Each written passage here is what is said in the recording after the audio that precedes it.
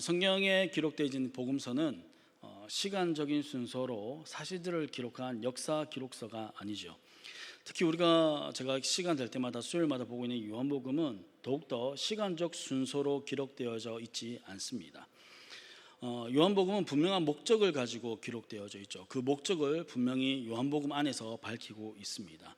그러니까 분명한 목적과 주제를 담아 이 복음서를 하나님께서 기록하게 하셨죠. 그래서 이 요한복음에 나오는 사건이나 인물들은 단순한 기록이 아니라 하나님의 메시지를 담고 있는 겁니다. 어떤 사람이 등장했고 어떤 사건이 일어났다는 것은 그냥 그 일들, 그 사건을 통해서 뭔가를 말씀하시는 것도 있겠지만 더 나아가 그 안에는 하나님께서 하시고자 하는 어떤 메시지가 담겨져 있다는 겁니다. 그런 관점에서 볼 때 우리가 3장에서부터 등장하는 니고데모라든지 4장에서 등장하는 사마리아 여인, 이런 이야기들은요, 그 개별적인 이야기들이 분명히 은혜가 있고 그것을 통해서 얻을 수 있는 교훈도 있지만 더 크게 보면 이 3장과 4장에 기록된 이야기가 서로 연결되어져 있고 또 그 연결되어진 내용을 통해서 하나님께서 하시고자 하는 것이 말씀이 무엇인지를 더욱더 선명하게 드러내주고 있다는 것도 우리가 반드시 기억해야 할 것입니다. 오늘 본문에 우리는 이 4장 말미에 왕의 신하의 아들에 관한 이야기, 왕의 신하의 이야기에 대해서 우리가 함께 좀 나누고자 하는데요. 이 등장하는 왕의 신하는 당시 갈릴리 지역을 다스리던 분봉왕이었던 헤롯의 신하로 생각할 수가 있습니다. 그가 유대인이었는지 이방인이었는지는 정확히 알 수 없지만 앞에서 등장한 유대인 니고데모와 또 그 다음에 4장에 등장한 이방인 수가성 여인의 이야기와 별개의 사건이 아니라 그 이야기로부터 쭉 이어지고 있는 연관되어진 그런 이야기라고 우리가 볼 수 있죠. 그렇다면 이 앞에서 등장한 니고데모, 그리고 이 사마리아 여인, 그리고 오늘 본문의 왕의 신하를 좀 비교를 해서 보면 이 이야기와 이 사건을 통해서 하나님께서 무슨 말씀을 우리에게 하시고자 하는지에 대해서 그 방향을 좀 잡을 수 있을 것 같습니다. 먼저 니고데모에 대한 정보를 좀 살펴볼까요? 니고데모는 유대 사회의 최고 엘리트 계층으로 남성으로 밤중에 몰래 예수님을 찾아왔었죠. 그는 예수님께서 행하신 표적을 보고 찾아왔지만 거듭남이라는 영적인 진리를 전혀 이해하지 못하고 돌아가게 됩니다. 이 니고데모는 종교 지도자로서 사내들인 공회원으로서 풍부한 지식이 있었지만 또 종교적으로 뛰어난 위치에 있었지만 그런 자신의 지식과 경험이 오히려 예수님의 말씀을 온전하게 받아들이지 못하게 되는 장애물이 되어버린 것입니다. 그 다음에 4장으로 넘어가면 수가성 여인의 오죠. 이 사마리아 수가성 여인은 니고데모와는 대조되는 당시 사회 최하층민으로 소외된 인물이었습니다. 그런데도 처음에는 이 물질적인 차원의 마실 물에 대해서 대화를 나누죠. 그래서 그 대화 나눈 가운데 예수님께서 하시는 말씀의 의미를 전혀 깨닫지 못하게 됩니다. 그런데 예수님께서 그녀의 과거에 대한 이야기를 하시자, 과거를 드러내는 그 말씀을 하시자 예수님을 선지자로 알아보고 영적인 대화로 이야기가 전환되어지죠. 그러면서 마지막에 이 사마리아 여인은 예수님을 뭐라고 얘기합니까? 내가 그리스도를 만났다라고 이렇게 이야기하게 되는 겁니다. 그러니까 이 사마리아 여인과 니고데모는 좀 대조를 이루고 있습니다. 많은 차이를 두고 있는 거죠. 또 다른 차이점은 무엇입니까? 니고데모는 표적을 보고 찾아왔습니다. 그러나 이 사마리아 여인을 향해서는 예수님이 그 여인을 찾아갔다는 점도 큰 차이점이라고 할 수 있겠죠. 그리고 사마리아 여인은 자신의 삶을 꿰뚫는 말씀을 통해서 예수 그리스도를 믿는 믿음을 가지게 되고 또 그래서 물동이를 버려두고 마을로 내려가서 복음을 증거하는 그런 삶으로 삶이 바뀌게 되는 것을 보게 됩니다. 자, 그렇다면 여러분, 이 니고데모와 사마리아 여인을 통해서 알 수 있는 이 두 사람의 극명한 차이점, 대조는 무엇입니까? 바로 예수님께서 하시는 말씀에 대한 반응을 어떻게 했느냐는 거죠. 니고데모는 예수님께서 하시는 말씀에 대해서 전혀 이해하지 못하고 돌아갔습니다. 그러나 사마리아 여인은 예수님께서 하시는 말씀에 대해서 받아들이게 되고 믿게 되고 그를 통해서 나가서 증거하게 되는 거죠. 그렇다면 오늘 등장하는 이 왕의 신하는 어떨까요? 왕의 신하는 니고데모와는 다른 종류의 세상적인 힘을 가졌던 사람입니다. 왕의 신하니까 엄청난 부와 권력을 가졌겠죠. 그리고 사마리아 여인과는 좀 다른 결이 다른 절박한 개인적인 문제, 어떤 문제입니까? 병들어 죽게 된 아들에 관한 문제를 가지고 예수님께 나왔던 사람입니다. 그리고 그가 예수님께 나와서 하는 말이 뭐예요? 예수님께서 직접 지금 병들어 누워있는 아들이 있는 곳으로 오셔서 아들을 고쳐달라라고 이렇게 간청을 하게 됩니다. 그런데 이런 간청에 대해서 예수님께서는 앞에서 만났던 사람들과는 조금 다른 반응을 보이십니다. 다른 반응을 보이시는 이유가 있는데요, 니고데모와 사마리아 여인을 거치면서 드러난 어떤 특정한 주제, 즉 하나님께서 요한을 통해서 말씀하시고자 하는 믿음에 대한 결론을 이 왕의 신하에 대한 이 내용을 통해서 말씀하시고자 하기 때문에 좀 다른 반응으로 성경에는 기록되어져 있습니다. 그렇다면 오늘 본문을 통해서 예수님께서 말씀하시는 믿음이라는 것이 무엇일까요? 어떤 믿음에 대해서 말씀하시고자 하는 것일까요? 먼저 우리가 오늘 본문에 사실은 읽어야 되는데 읽지 않았지만 43절에서 45절까지의 내용이 있습니다. 43절, 44절 내용을 보시면 예수님께서 갈릴리로 이제 가시면서 그런 얘기를 하시죠. 무슨 얘기를 합니까? 선지자가 고향에서 높임을 받지 못할 것이다 라고 말씀하십니다. 자, 그런데 44절에서 그렇게 말씀하시고 난 다음에 45절의 내용이 뭐예요? 우리 45절 말씀 한번 띄워주시면 같이 읽도록 하겠습니다. 시작. 갈릴리에 이르심에 갈릴리인들이 그를 영접하니 이는 자기들도 명절에 갔다가 예수께서 명절 중 예루살렘에서 하신 모든 일을 보았음이더라. 아멘. 갈릴리로 돌아갔는데 44절에서 분명히 예수님께서 고향에서 선지자고 환영을 받지 못할 것이다 라고 말씀하셨는데 45절 앞부분에서 뭐라고 얘기해요? 갈릴리 사람들을 예수님은 어떻게 했다고요? 영접했다라고 이렇게 말씀하고 있어요. 그러니까 예수님께서 하신 말씀과 지금 갈릴리의 반응이 모순이 되는 거예요. 예수님은 높임을 받지 못할 것이라고 얘기했는데 갈릴리 사람들은 예수님을 영접하게 되는 겁니다. 그런데 이거는 실제로 모순된 내용이라고 하기보다는 오히려 역설적인 표현으로 이해할 수가 있습니다. 사실 44절과 45절 앞에 한글 성경에는 하나의 접속사들이 생략되어져 있어요. 44절 앞에는 왜냐하면 뭐뭐 때문이다라는 뭐뭐 때문에라는 이 접속사가 생략되어져 있고 45절 앞에는 그러므로라는 이런 접속사가 생략되어져 있습니다. 그러니까 접속사의 의미를 좀 살려서 44절과 45절을 이어서 좀 풀어서 이야기해 보면 이런 겁니다. 선지자가 고향에서는 높임을 받지 못할 것을 아셨기 때문에 오히려 갈릴리로 가셨다라고 이렇게 우리가 말씀을 이해할 수가 있는 거죠. 그러니까 높임을 받지 못할 걸 아시는데도 불구하고 갈릴리로 가신 겁니다. 여러분, 높임을 받지 못해요? 그런데 갈릴리로 가신단 말이죠. 그러면 뭐 때문에 가셨겠어요? 이유가 있기 때문에 가는 거 아니겠습니까? 특별한 목적이 있기 때문에 높임을 받지 못할 것을 아시지만 갈릴리로 가셨다라고 본문을 이해할 수 있는 겁니다. 그곳 갈릴리 사람들은 예수님을 영접했다고 기록되어져 있죠. 영접했지만 왜 영접했다고 기록되어져 있습니까? 예루살렘에서 명절 때 행했던 표적을 보았기 때문이라고요. 예수님께서 명절 때 예루살렘에서 행했던 기적을 보았기 때문에 예수님을 영접했다라고 성경은 말씀하고 있습니다. 그러니까 갈릴리인들의 영접은 진정한 믿음이 아닌 표적을 보고 받아들이는 감각적이고 이기적인 반응이었던 거죠. 그분이 오시는데 그분이 오시면 뭔가 일이 일어날 것 같다는 겁니다. 뭔가 그렇게 명절에 예루살렘에서 행했던 것처럼 아주 신기하고 신비하고 특별한 일들을 이 갈릴리에서 행하실 것이라는 그런 것, 그리고 자기도 그런 혜택을 받을 것이라는 생각을 했던 것이라고 볼 수 있죠. 그 앞에 등장한 우리가 이 앞절에 사마리아 사람들이 이 여인이 전한 이 복음을 통해서 사마리아 사람들이 예수님께로 나오지 않습니까? 예수님께로 나와서 뭐라고 얘기합니까? 예수님의 말씀을 듣고 예수를 믿게 됩니다. 그런 사마리아인과 지금 갈릴리 사람들은 대조를 이루고 있는 것을 보게 되는 거죠.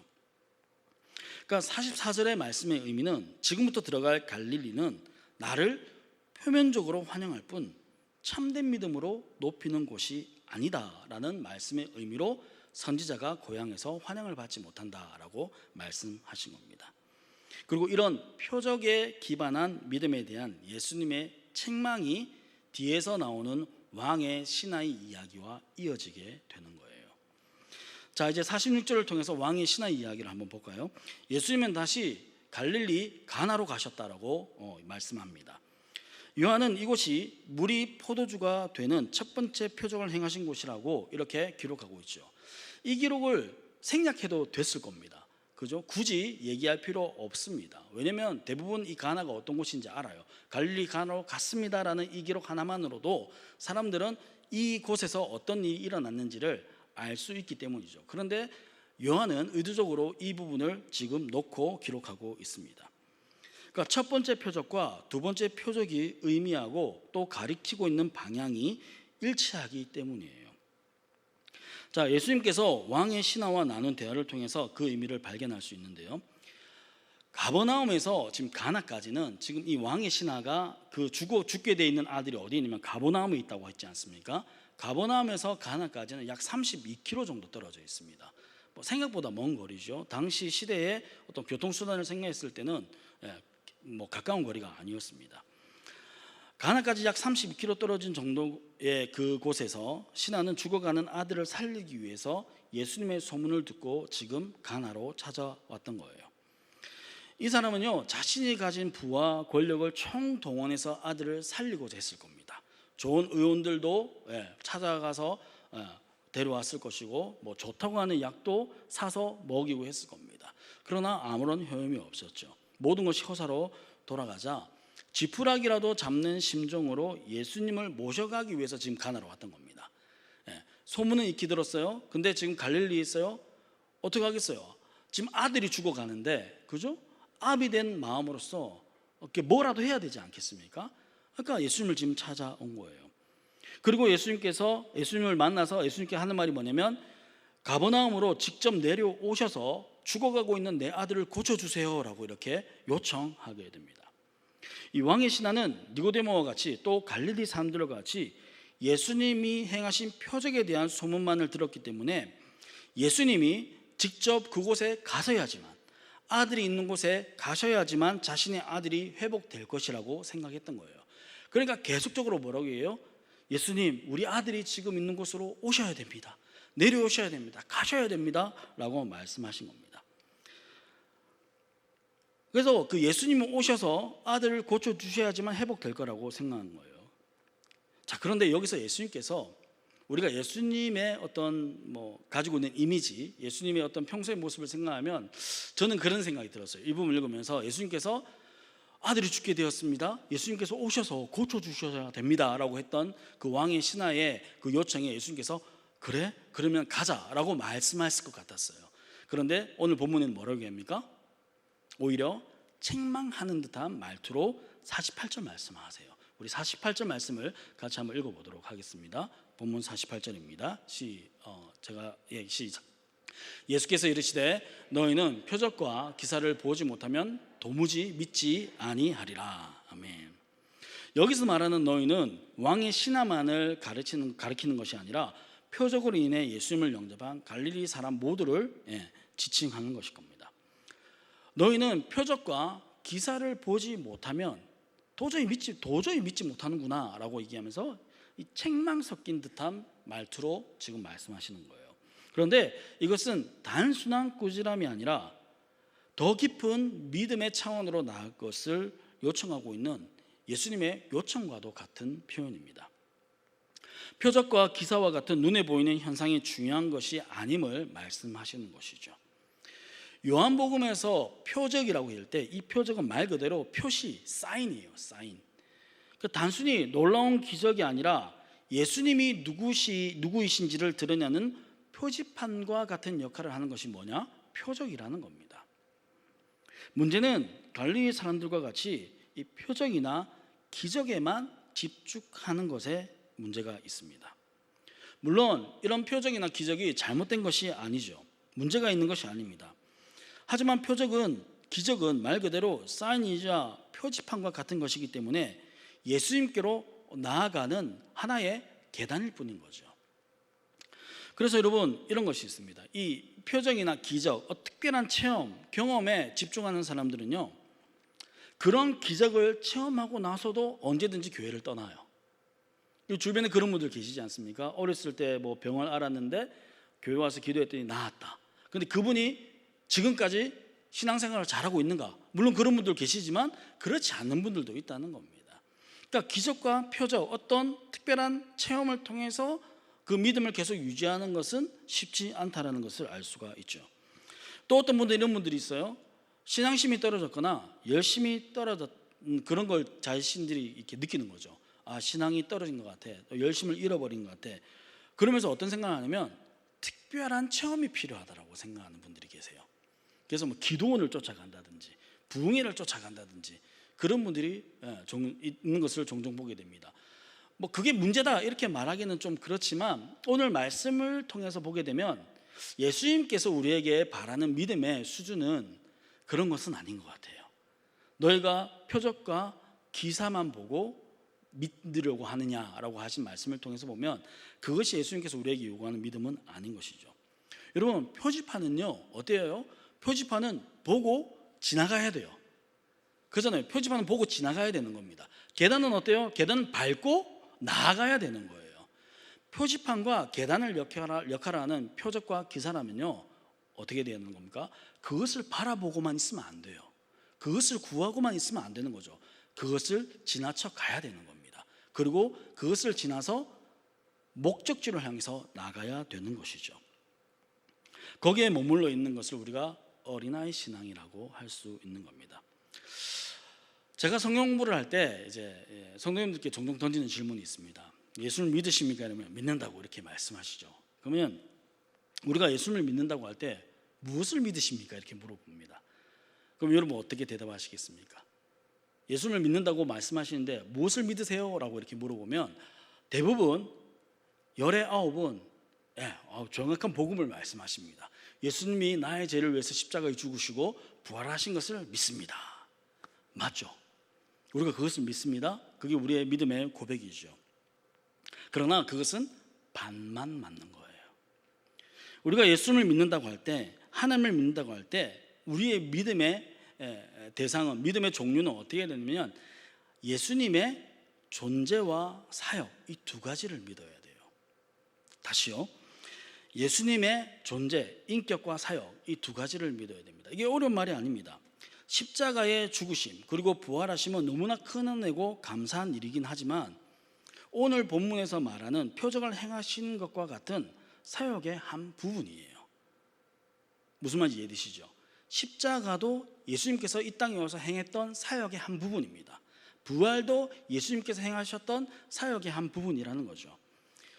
여러분, 우리의 믿음은 예수님께서 행하신 것을 믿는 믿음에서 머물러면 안 되고요. 믿음에서 머무르면 안 되고 예수님이 하나님의 아들이심을 믿는 그분의 존재와 인격을 믿는 믿음의 고백까지 나아가야 되는 겁니다. 무언가를 행하셨기 때문에 믿는다 에서 머무르면 안 된다는 거죠. 그분이 하나님이시기 때문에 믿는다로 나가야 된다는 말입니다. 여러분, 이게 생각보다 중요한 문제예요. 여러분, 베드로의 신앙 고백을 기억하십니까? 베드로가 뭐라고 고백합니까? 주는 그리스도시요 살아계신 하나님의 아들입니다 라고 고백하시오. 여러분, 이 고백을 했을 때 예수님께서 베드로를 크게 칭찬합니다. 바요나 시몬아, 네가 복이 있도다. 이것을 알게 하시는 너의 육체의 아버지가 하늘의 아버지께서 막 하시죠. 예수님께서 그렇게 흥분하신 건 본 적 없어요. 별로. 얼마나 이 신앙 고백이 명확하고 정확한 신앙 고백이었으면 예수님께서 그렇게 기뻐하시면서 칭찬하셨겠습니까? 그런데 이 신앙 고백이 뭐냐면 주는 그리스도시요, 주님은 우리를 구원하러 오신 메시아십니다. 뭐에 관한 내용이에요? 사역에 관한 내용인 거예요. 그 다음에 뭐라고 합니까? 하나님의 아들입니다. 이건 뭐에 대한 내용이에요? 존재에 대한 고백인 거예요. 그러니까 사역과 존재에 대한 믿음의 고백을 하고 있는 거예요, 베드로가. 그러니까 야, 베드로야, 그거 사람이 알기가 힘든데 너는 알았구나. 그것을 알게 하신 것은 하나님이 너로 하여금 알게 하신 거야라고 얘기하는 겁니다. 여러분, 우리가 무엇을 믿습니까? 우리는 예수님을 믿죠. 예수님을 믿는다고 얘기할 때는 이 두 가지를 분명히 우리가 해야 됩니다. 예수님이 어떤 분이신지를 믿는 믿음과 그분이 무엇을 행하셨는지에 대한 믿음을 분명하게 고백해야 되는 거예요. 그분의 십자가 사역과 부활 사역이 왜 의미가 있습니까? 그분이 하나님이시기 때문에 의미가 있는 겁니다. 그러니까 사역에서만 머무르는 것이 아니라 사역 너머에 계신 그분을 우리가 실제로 믿어야 한다는 것이죠. 오늘 본문에서 표적과 기사를 보지 못하면 도저히 믿지 않는다고 말씀하시는 예수님의 책망은요, 표적과 기사가 잘못되었다는 말씀이 아니라 눈에 보이는 현상에 머물러 있는 불완전한 믿음, 어린 믿음이 온전한 믿음으로 자라갈 것을 지금 요청하고 있는 겁니다. 이것이 사실 니고데모와 사마리아 여인을 거쳐서 왕의 신하를 통해서 예수님께서 하시고자 하는 말씀의 핵심이었던 거예요. 예수님의 말씀을 들은 왕의 신하는요, 그런 책망의 말씀을 들었잖아요. 너희가 더 온전한 믿음으로 나가야 되지 않겠어? 라고 얘기하시는데도 이 왕의 신하는 다시 얘기하죠. 내려와서 아들을 살려줄 것을 요청합니다. 아마 아들을 살려야겠다는 마음이 굉장히 간절하고 절박했기 때문에 예수님께서 하시는 말씀이 귀에 잘 안 들어왔을 거예요. 그렇지 않겠습니까? 당장 지금 죽어가고 있어요. 아들이 죽어가고 있단 말이죠. 그 온전한 믿음은 어떤 믿음인지 잘 알겠는데 지금 나는 지금 아들을 살려야 돼요. 예수님 지금 같이 가셔야 돼요 라고 얘기하는 겁니다. 그의 간청에 예수님께서 뭐라고 얘기합니까? 가라, 내 아들이 살아있다, 이렇게 얘기하세요. 여러분, 근데 이렇게 말씀하시는 예수님의 말씀에 이 왕의 신하의 반응이 좀 신기합니다. 저 같았으면 네? 이렇게 했을 것 같아요. 네? 아니 가셔야죠. 뭐 가라고요? 너 우리 아들 살려야 되는데요? 막 이러면서 막 더 얘기했을 것 같아요. 그런데 오늘 성경에서 뭐라고 얘기합니까? 이 사람이 예수께서 하신 말씀을 믿고 갔다라고 기록하고 있어요. 신기하지 않습니까? 그 전까지 예수님 가셔야 돼요, 지금 가서 우리 아들 살려주셔야 돼요 하던 그 왕의 신하가 가라, 내 아들이 살아있다 라고 하신 그 말씀을 듣고 그냥 가요. 자, 지금 가나에서 가버나움까지 몇 킬로라고요? 32km예요. 1시간 만에 갈 수 있는 거리가 아니에요. 그 가는 도중에 아들이 죽을 수도 있어요. 그런데 가요. 신기해요. 저만 신기한 건 아니죠. 신기하지 않습니까? 여러분, 이 부분에서 이 말씀의 전환이 일어나야 돼요. 전환이 일어나고 있는 겁니다. 예수님께서는 내려와 달라는 그의 요청과는 다르게 그저 말씀만 하십니다. 그리고 이 사람은 그 말씀을 믿고 갔습니다. 니고데모나 갈릴리 사람들과 이 왕의 신하의 차이점이 무엇입니까? 어떤 차이점이 있어요? 이 사람은요, 이 왕의 신하는 표적을 보고 믿은 것이 아니죠. 표적을 보기 전에 예수님의 말씀을 믿었어요. 아들이 살아났기 때문에 예수를 믿은 게 아니에요. 그죠? 아들이 살아있다라고 말하는 그 말씀을 믿고 아들이 살았다고 믿고 지금 가는 거예요. 여기가 차이가 있는 겁니다. 여러분, 그가 예수님께서 아들이 살아있다라고 하신 이 말씀을 확실히 믿었다는 것을 그의 즉각적인 순종을 통해서 우리는 알 수 있어요. 그 말씀 하자마자 가잖아요. 여러분, 한번 생각해 보세요. 아들이 죽을 지경인데 살아있다라고 하는 말만 믿고 먼 길을 가는 건 아비로서 비상식적인 겁니다. 저는 그렇게 못할 것 같아요. 근데 그렇게 한단 말이죠. 어떻게 이게 가능합니까? 확실한 믿음이 없이는 불가능하죠. 확실한 믿음이 없이는 불가능해요. 확실히 그 말씀을 믿었다는 것을 지금 반증하고 있는 겁니다. 여러분, 그런데 이 신하가 그래도 예수님의 말씀이니까 믿어야지 그럴 거야, 희망 고문을 통해서 막 희망 사항을 통해서 가면 살아있겠지, 이렇게 해서 간 게 아니죠. 믿음은 그렇지 않습니다. 예수님의 그 말씀을 통해서 믿음이 은혜로 주어지니까 확실히 믿게 되는 거예요. 믿음이 주어지는 거예요. 믿음이 주어진 거예요. 이거 진짜다, 내 아들이 살았다, 가자, 이렇게 된 겁니다. 믿음의 은혜를 주심으로 하나님이신 예수님의 말씀의 권위 아래에서 순종할 수 있었던 것입니다. 돌아가는 길에 이제 올라오는 종들을 만나요. 자기 집에 종들이었겠죠. 종들을 통해서 아들이 살아났다는 소식을 듣습니다. 아들이 살아난 시각이 언제인지 묻죠. 물으니까 예수님께서 말씀하셨던 그때임을 확인하고 그의 믿음은 더욱더 견고해졌습니다.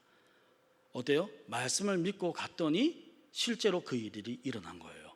그러면 이 왕의 신은 어떤 생각을 할까요? 와, 예수님이 진짜시구나 라고 생각할 거 아니겠습니까? 여러분, 말씀에 대한 믿음은 반드시 삶의 열매를 맺게 되어 있습니다. 그리고 그 열매는 개인적인 차원을 넘어서서 오늘 이 왕의 신하의 가족들이 모두가 예수님을 믿었던 것처럼 확장하게 되어 있어요. 우리가 말씀을 믿음으로 우리의 삶에 행하면 내 개인적으로 우리의 신앙이 성장하고 어떤 영적인 열매를 얻겠지만 거기서 끝나지 않는다는 겁니다. 우리의 믿음의 확신은요, 전염되게 돼 있어요.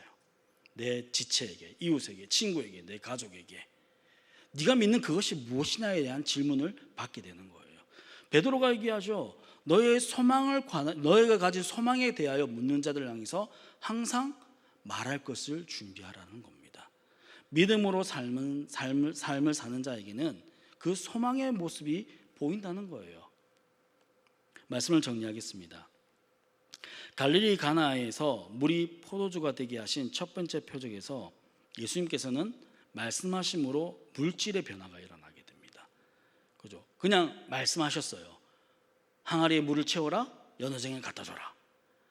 요한일서 같은 경우 채운 물이 어떻게 됐어요? 포도주로 바뀌었죠. 물질의 변화가 일어나요. 같은 곳, 지금 갈릴리 가나입니다. 같은 곳에서 보이신 두 번째 표적으로 말씀하심으로 왕의 신하의 아들이 치유되어서 생명이 회복되어집니다. 50절에서 신하가 믿고 갔던 그 말씀은 단순히 예수님의 음성만을 얘기하진 않을 거예요. 그 말씀을 믿고 갔다라고 했을 때 그 말씀은 예수께 하신 말씀만을 의미하지는 않습니다. 요한복음 1장 1절에서 태초에 말씀이 계셨던 그 로고스와 연결되어지는 거죠. 왕의 신하의 아들을 구원한 그 말씀은 세상을 창조하시고 생명을 주시는 하나님이신 겁니다. 그 말씀이 육신이 되어 오신 분이 누구세요? 예수님이신 거예요. 요한은 1장부터 지금까지 계속 그 얘기를 하고 있는 거예요. 그리고 말씀을 대한 믿음에 대해서 계속 얘기하고 있는 겁니다. 하나님께서 이 사건을 요한을 통해서 기록하게 하신 목적은 분명합니다. 참된 믿음이 무엇인지 우리에게 알려주기 위함이죠. 그것은 기적이나 체험에 의존하는 믿음이 아닙니다. 보이지 않아도, 이해되지 않아도 말씀을 신뢰하고 순종하는 것, 그것이 하나님께서 우리에게 요구하시는 참된 믿음이라는 것을 말씀하고 계신 거죠. 여러분, 말씀을 믿는다라고 얘기하죠. 하나님의 말씀을 믿는 것은요, 하나님을 믿는 것이고 주님을 믿는 것입니다. 제 기도를 들어주시면 믿겠다, 혹은 이거 해주시면 믿겠다라고 말하는 것은 믿음을 담보로 하나님과 거래를 하는 거죠. 물론 하나님께서는 이런 우리의 연약한 어떤 야가 빠진 것 같은 그런 기도도 응답해 주십니다. 왜요? 우리는 하나님의 자녀이기 때문이죠. 하지만 하나님께서 원하시고 하나님께서 지금도 우리에게 요청하고 계시는 그 믿음은 거래하는 믿음이 아니라 내 생각과 다르고 나의 바람과는 다르더라도 주님께서 말씀하신 것이 가장 좋고 가장 선하며 완벽한 것이라고 고백하며 하나님이 선하신 분이시고 하나님이 좋으신 분이시고 하나님이 우리에게 가장 좋은 것을 주시는 분이심을 믿는 그 믿음을 우리에게 요구하시는 겁니다.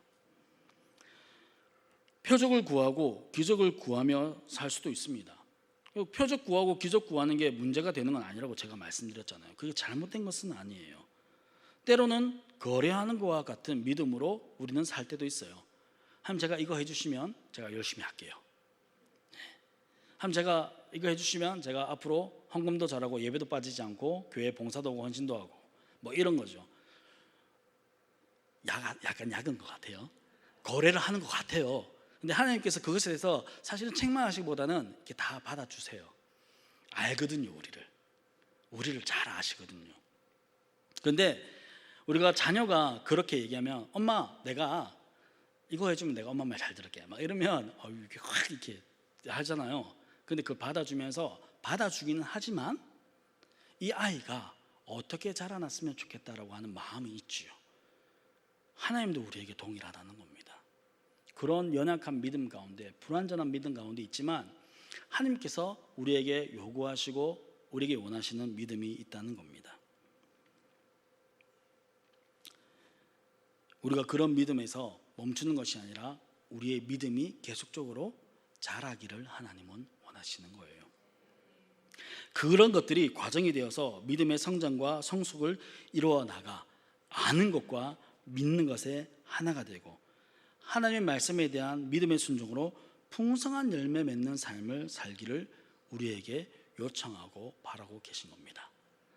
표적과 기사를 보면서 어떤 특별한 체험을 통해서 우리의 믿음이 자라가는 것이 아니에요. 그것이 시발점은 될 수 있겠지요. 어떤 계기는 될 수 있겠지요. 그런데 우리의 믿음은 뭐로 인해서 자라는 겁니까? 말씀을 통해서 자라는 겁니다. 주의 말씀을 믿는 믿음은 주님이 우리에게 주시는 은혜로 말미암아 가능한 겁니다. 우리가 계속 그것을 하나님께 어떻게 해야 돼요? 요청하셔야 돼요. 하나님, 나의 믿음이 건강한 믿음이 되게 하여 주십시오. 하나님, 나의 믿음이 장성한 그리스도인의 분량까지 올라갈 수 있는 믿음이 되게 하여 주십시오. 하나님, 내가 아는 것과 믿는 것이 일치되는, 나의 지식과 나의 신앙과 나의 삶이 온전히 하나 되는 그런 믿음의 삶을 사는 그리스도인이 되게 해 주십시오 라고 기도해야 되는 것이죠. 나에게 아무런 일이 일어나지 않고 내 삶에 은혜가 없는 것 같아도, 내 뜻대로 되지 않고 뭐가 잘 되지 않고 막막한 현실 가운데 있지만 하나님께서 우리에게 약속하신 그 약속의 말씀을 믿으며 그 믿음에 대한 순종으로 오늘을 살아가시고 살아내시는 저와 여러분 되기를 간절히 소망합니다. 하나님의 말씀은 반드시 이루어집니다. 그 말씀이 우리의 삶의 열매로 나타나게 될 것입니다. 우리에게 필요한 건 뭐라고요? 믿음. 믿음의 삶을 사시기를 간절히 소망합니다. 기도하겠습니다.